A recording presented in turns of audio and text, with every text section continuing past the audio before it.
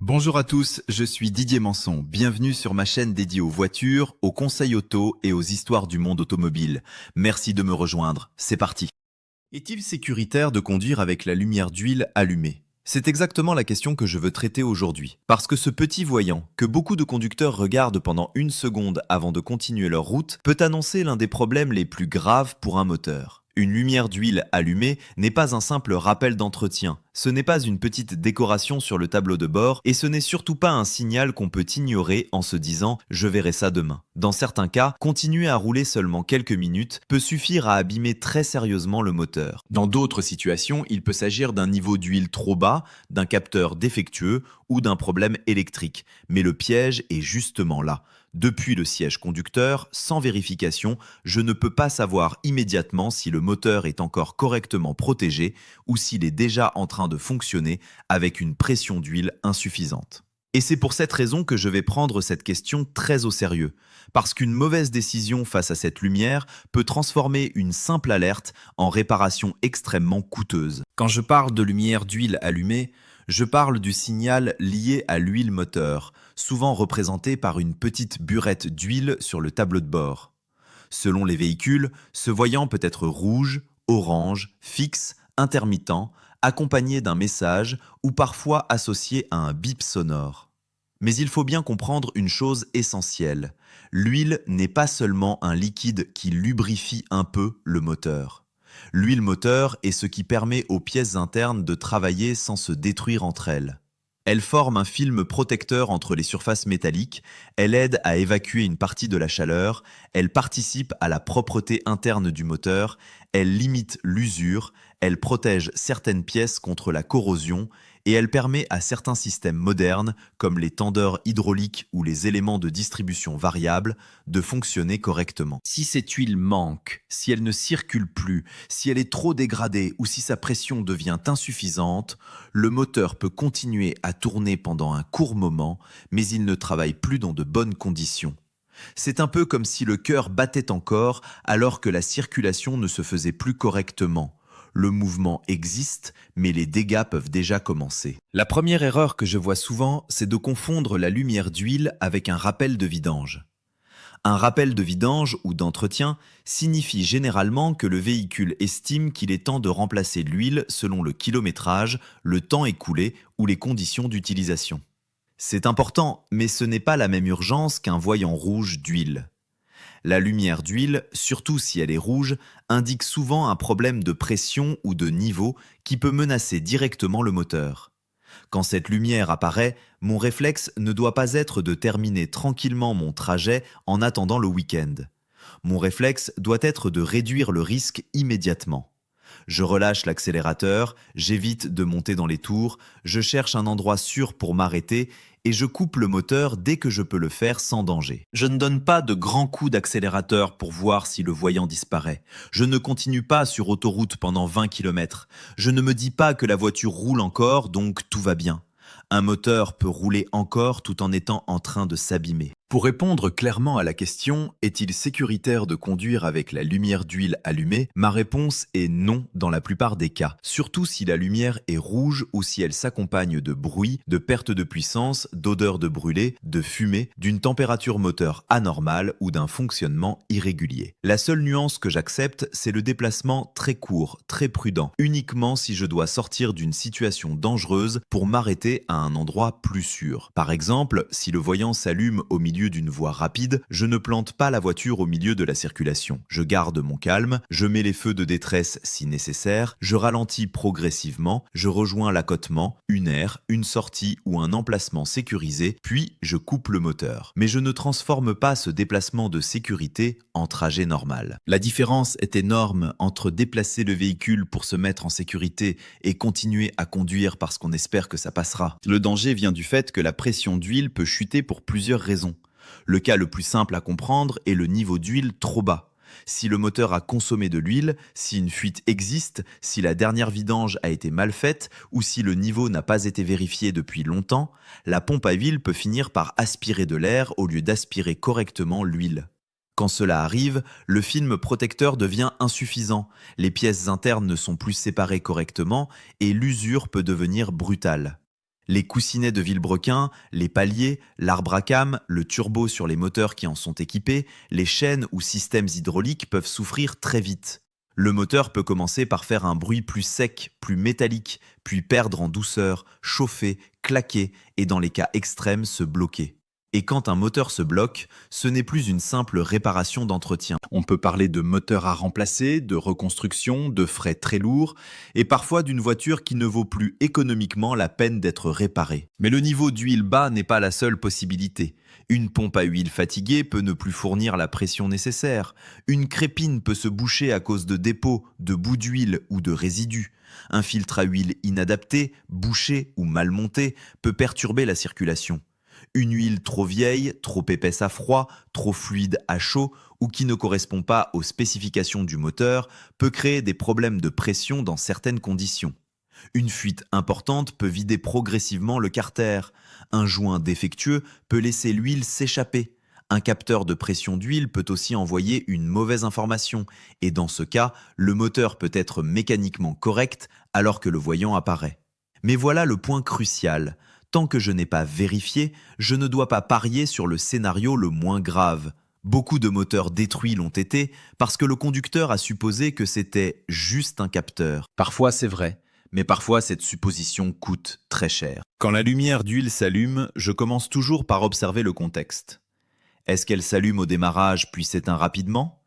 Dans beaucoup de voitures, certains voyants s'allument brièvement quand je mets le contact, puis disparaissent une fois le moteur lancé. Ça, c'est normal si tout s'éteint comme prévu. Est-ce qu'elle reste allumée moteur tournant ? Là, ce n'est plus normal.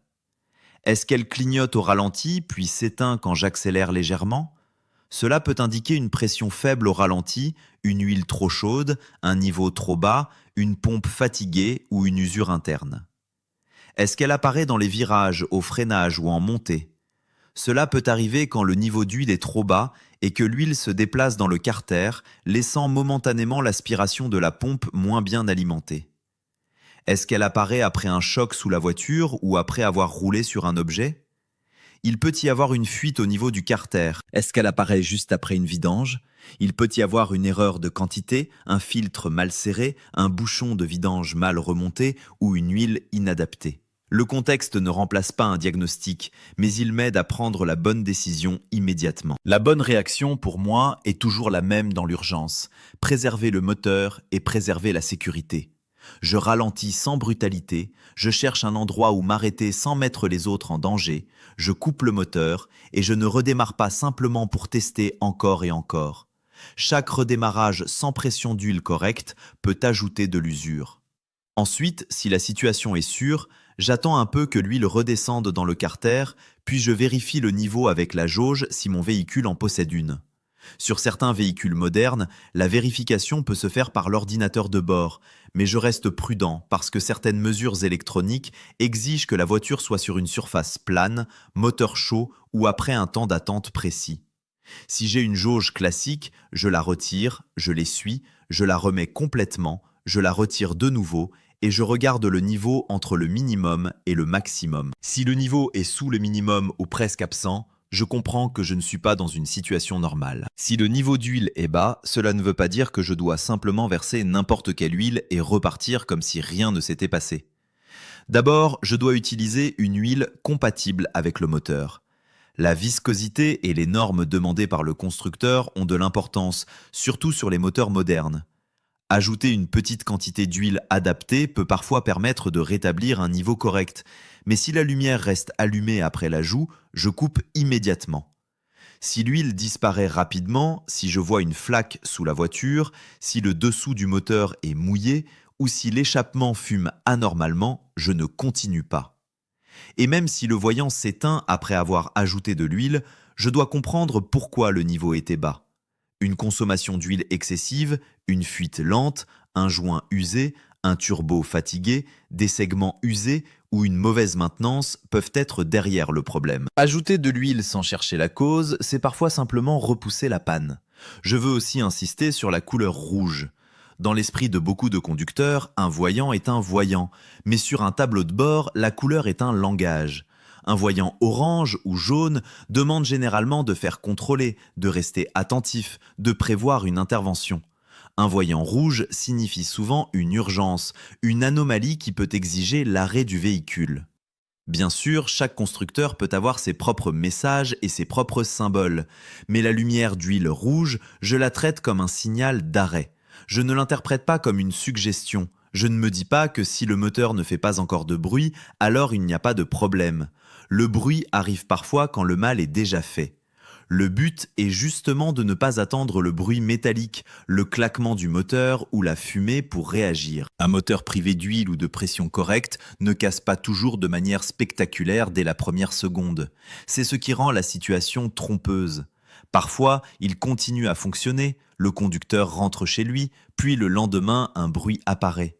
Parfois, le voyant s'allume seulement à chaud parce que l'huile devient plus fluide et que la pression chute. Parfois, le moteur a déjà subi une usure accélérée, mais ne le montre pas immédiatement. Le conducteur pense alors qu'il a eu raison de continuer, alors qu'il a simplement raccourci la vie du moteur. C'est comme rouler avec une blessure interne. On peut encore avancer, mais le dommage peut s'aggraver à chaque minute. Voilà pourquoi je préfère une dépanneuse à un moteur détruit. Une assistance peut sembler chère ou agaçante sur le moment, mais elle coûte souvent beaucoup moins qu'une réparation interne lourde. Il y a une situation particulière qui mérite d'être expliquée. La lumière d'huile qui s'allume au ralenti, par exemple à un feu rouge, puis disparaît quand on accélère. Beaucoup de conducteurs la minimisent parce qu'elle n'est pas constante. Pour moi, c'est au contraire un signal à prendre très au sérieux. Au ralenti, la pompe tourne moins vite, donc la pression peut être plus basse. Si le système est en limite, le voyant peut apparaître seulement dans ces conditions. Cela peut venir d'un niveau bas, d'une huile trop chaude ou dégradée, d'un capteur, mais aussi d'une usure interne ou d'une pompe moins efficace. Continuer à rouler pendant des jours avec ce comportement, c'est accepter que le moteur fonctionne parfois sous la pression minimale nécessaire. Je ne veux pas deviner, je veux vérifier le niveau, contrôler l'absence de fuite, faire mesurer la pression d'huile si nécessaire et trouver l'origine. Il faut également distinguer la lumière d'huile d'un message de niveau d'huile. Certains véhicules affichent un message du type « niveau d'huile à vérifier » ou « niveau d'huile bas ». Ce message est grave, mais il n'a pas toujours exactement la même signification qu'un voyant rouge de pression. Le niveau peut être bas sans que la pression soit encore tombée, mais il faut agir avant que cela arrive.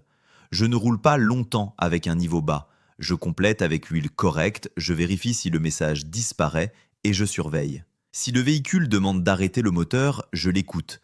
Si le message indique pression d'huile insuffisante, là je considère la situation comme urgente. Les mots affichés sur l'écran comptent. Pression, niveau, entretien, vidange, moteur arrêté. Chacun indique un degré différent de risque, mais aucun ne mérite l'indifférence. Une autre erreur fréquente consiste à vérifier le niveau sur un terrain incliné ou trop vite après avoir coupé le moteur. Si la voiture est penchée, la mesure peut être fausse. Si je viens d'arrêter le moteur, une partie de l'huile est encore dans les circuits et n'est pas encore redescendue dans le carter. Selon le moteur, il faut attendre quelques minutes. Si je lis mal la jauge, je peux croire qu'il manque beaucoup d'huile et en ajouter trop. Or, trop d'huile peut aussi poser des problèmes. Un excès d'huile peut être fouetté par les pièces internes, créer de la mousse, augmenter la pression dans le carter, perturber la ventilation, encrasser l'admission ou endommager certains éléments. Donc, je complète progressivement, par petites quantités. Je laisse le temps à l'huile de descendre, je revérifie et je ne dépasse pas le maximum. Le but n'est pas de remplir plus pour être tranquille. Le but est d'être dans la plage correcte. Je veux parler aussi des fuites, parce qu'une lumière d'huile allumée peut être le dernier avertissement d'une fuite qu'on aurait pu remarquer avant. Une tache sous la voiture, une odeur d'huile chaude, de la fumée légère près du moteur, un dessous gras, un bouchon mal serré, un filtre à huile qui suinte, un joint de cache-culbuteur qui laisse passer l'huile, un carter fissuré, tout cela mérite de l'attention. Une petite fuite peut rester longtemps sans conséquence immédiate si le niveau est surveillé, mais une fuite importante peut vider le moteur rapidement. Après une vidange, je suis particulièrement attentif. Si le voyant s'allume peu après une intervention, je ne suppose pas que tout est normal. Je m'arrête et je vérifie. Une erreur humaine, même rare, est possible. Bouchon de vidange mal serré, joint oublié, filtre mal monté, mauvaise quantité, huile incorrecte. Le moteur ne pardonne pas toujours ce genre d'erreur. Sur les moteurs équipés d'un turbo, je suis encore plus prudent. Le turbo tourne à très grande vitesse et dépend fortement d'une lubrification correcte. Un manque d'huile ou une pression insuffisante peut l'endommager rapidement. On peut entendre un sifflement anormal, voir une fumée bleue, sentir une perte de puissance ou retrouver de l'huile dans des zones où elle ne devrait pas être. Mais parfois, le dommage se prépare sans signal évident. Continuer à conduire avec une lumière d'huile allumée peut donc ne pas seulement menacer le bloc moteur, cela peut aussi toucher le turbo et d'autres systèmes coûteux. Sur certains véhicules, l'huile intervient aussi dans la commande de distribution variable. Une mauvaise pression peut créer des bruits, des ratés, un fonctionnement irrégulier et des défauts qui semblent électroniques alors que la base du problème est hydraulique. Si je suis sur autoroute quand la lumière d'huile s'allume, ma priorité est de sortir de la zone de danger sans créer une situation plus dangereuse. Je ne freine pas brutalement, je ne panique pas, je ne coupe pas le contact en roulant d'une manière qui pourrait désactiver des assistances ou rendre la direction plus dure. Je garde le contrôle, je signale, je me rabats progressivement, je vise une aire ou un accotement si c'est la seule option, puis je m'éloigne de la circulation une fois arrêté. Ensuite, je coupe le moteur et j'appelle de l'aide si je ne peux pas vérifier ou résoudre le problème de manière sûre. Rester à côté d'une voie rapide est dangereux, donc je pense d'abord aux personnes, ensuite aux véhicules. La mécanique est importante, mais la sécurité humaine l'est davantage. La question que beaucoup me posent ensuite est: est-ce que je peux redémarrer après avoir ajouté de l'huile? Ma réponse dépend de ce que j'ai constaté. Si le niveau était légèrement bas, que j'ai ajouté l'huile correcte, qu'il n'y a pas de fuite visible, que le voyant s'éteint immédiatement, que le moteur tourne normalement, sans bruit, sans fumée, sans odeur, je peux envisager de me déplacer prudemment vers un garage ou vers un endroit sûr en surveillant constamment le tableau de bord. Mais je ne pars pas pour un long trajet, je ne prends pas l'autoroute par confort, et si le voyant revient, je m'arrête. Si le niveau était très bas ou absent, si j'ai entendu un bruit métallique, si le moteur a claqué, si le voyant ne s'éteint pas, si je vois une fuite ou si je ne suis pas sûr de la quantité d'huile, je ne redémarre pas. Dans ce cas, la meilleure décision est de faire remorquer le véhicule et de demander un diagnostic. Un diagnostic sérieux ne consiste pas seulement à effacer un défaut. Il faut comprendre si le problème vient du niveau, de la pression réelle, du capteur, du faisceau, de la pompe, du filtre, de la crépine, de l'huile, de l'usure interne ou d'une fuite. Dans certains cas, un mécanicien peut brancher un outil de diagnostic, mais pour l'huile, la mesure mécanique de pression peut être déterminante. Si le capteur dit pression basse, il faut parfois vérifier avec un manomètre pour savoir si la pression est réellement insuffisante. Si la pression est bonne, on peut suspecter le capteur ou le circuit électrique. Si la pression est mauvaise, le problème est mécanique et potentiellement sérieux. C'est pour ça que je n'aime pas les conclusions rapides. Dire « c'est sûrement le capteur sans mesure » peut être rassurant, mais ce n'est pas une preuve. Je veux aussi rappeler que la prévention évite beaucoup de ces situations. Vérifier le niveau d'huile régulièrement, surtout avant un long trajet, après une vidange, sur un véhicule ancien, sur un moteur qui consomme de l'huile ou avant une période de forte chaleur, c'est une habitude simple. Beaucoup de conducteurs ne regardent jamais la jauge entre deux entretiens. Ils supposent que si la voiture démarre, tout va bien.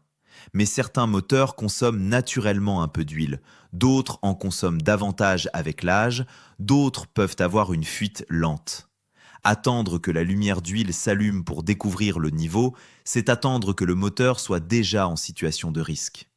Je préfère contrôler quand tout va bien plutôt que réagir quand le voyant rouge me force à m'arrêter. Le choix de l'huile compte aussi. Je ne mets pas une huile au hasard parce que le bidon est disponible ou moins cher. Les moteurs modernes ont des exigences précises de viscosité et de normes. Une huile inadaptée peut perturber la lubrification, l'encrassement, la pression à chaud ou à froid et le fonctionnement de systèmes internes. Même entre deux huiles qui semblent proches, les spécifications peuvent être importantes. Si je dois compléter en urgence, je fais au mieux avec une huile compatible, mais ensuite, je fais vérifier correctement. Je ne mélange pas n'importe quoi en grande quantité et je ne transforme pas un appoint d'urgence en solution permanente. L'huile est un élément technique, pas seulement un liquide noir qu'on remplace de temps en temps. Il y a aussi la question des intervalles de vidange. Une huile trop vieille perd ses qualités. Elle peut s'oxyder, se charger en particules, former des dépôts, devenir moins efficace à chaud et contribuer à boucher certaines zones. Les trajets courts répétés, les embouteillages, la conduite en ville, les démarrages fréquents, les températures extrêmes ou les charges importantes peuvent fatiguer l'huile plus vite qu'un usage régulier sur route. Suivre l'entretien adapté à l'usage réel du véhicule est important. Une voiture qui roule peu, mais seulement sur de très courts trajets, peut avoir besoin d'une attention particulière.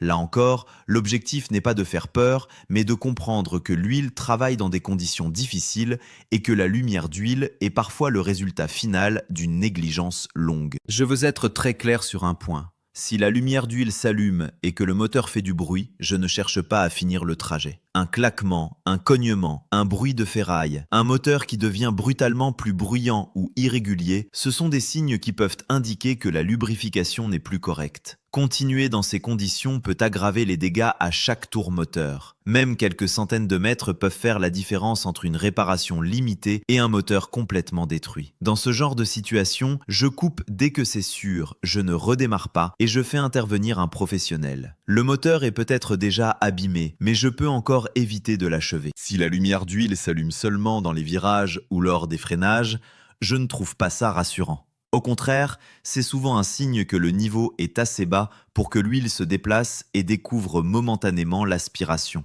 Cela signifie que dans certaines conditions, la pompe ne reçoit pas ce qu'elle devrait recevoir. Et si cela arrive dans un virage rapide, une montée, une descente ou une manœuvre d'urgence, le moteur peut subir des moments de mauvaise lubrification. Je vérifie immédiatement le niveau. Je ne me dis pas que le voyant n'apparaît que parfois, donc ce n'est pas grave.